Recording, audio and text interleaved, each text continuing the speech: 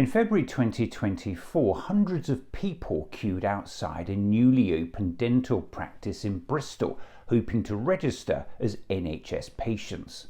It's an experience that's been felt across the country. In Bristol on Monday, there was scenes of a line forming all the way around the building for people desperate to get an NHS appointment in a practice that had opened. And within 2 hours of opening, police had to be called to control the line. The scene wasn't surprising, given that for millions of people across England, NHS dentistry has now effectively ceased to exist. 2 years ago, I raised the case of a Norwich Army veteran. In such agony, he was forced to pull out 18 of his own teeth because he couldn't get access to a dentist.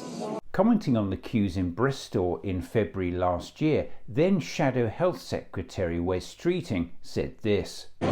We can see here in Bristol the queues around the block reflecting 14 years of Conservative failure on NHS dentistry that have left people priced out and left behind. And what's so deeply disappointing about what the government have put forward today is, yes, they've copied the emergency package that Labour proposed, but they've neglected the fundamental argument Labour's been making, which is unless you reform the NHS dentistry contract and make NHS dentistry pay for dentistry, we're going to see more and more queues like this across the country. 12 months on, and this is where we are. The British Dental Association has told this programme that current waiting lists to see an NHS dentist are the worst they've ever seen across the whole of the UK. Shocking findings by the British Dental Association has found 13 million people, 1 in 4 adults, are now struggling to access dental care.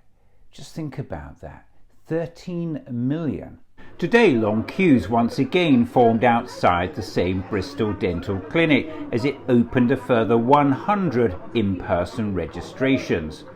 In February 2024, whilst visiting the hundreds gathered outside the same dental practice, then Shadow Health Secretary Wes Streeting said this. Unless you reform the NHS dentistry contract and make NHS dentistry pay for dentistry, we're going to see more and more queues like this across the country. The Labour Party went into the 2024 election promising to reform the discredited NHS contract, which is fueling the current crisis, to deliver 700,000 new urgent dental appointments, and to roll out tried and tested preventative programmes in schools. An extra 700,000 urgent and emergency dental appointments was promised by Sir Keir Starmer and the Labour Party, and a flooding of the dental deserts.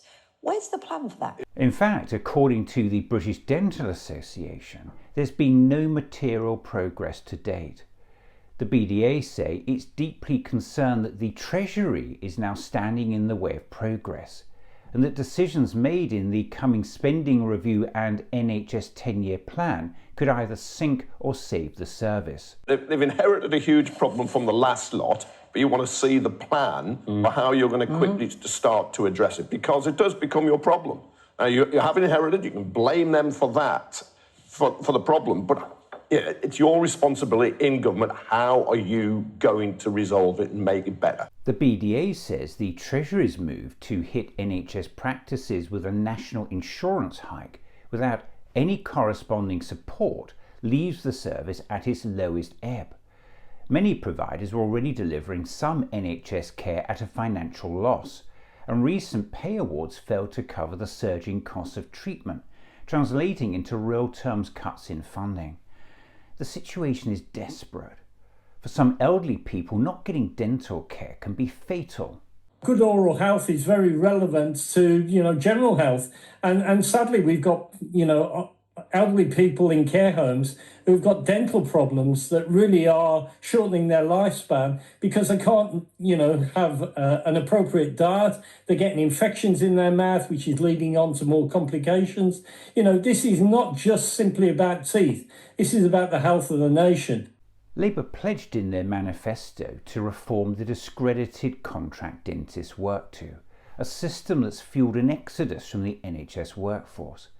So at Campaign for Social Justice, we're joining the BDA in calling on the government to now move at pace and with urgency if NHS dentistry is going to have a future. The government needs to set a timetable and commit the necessary funding. It's the only way NHS dentistry can be saved.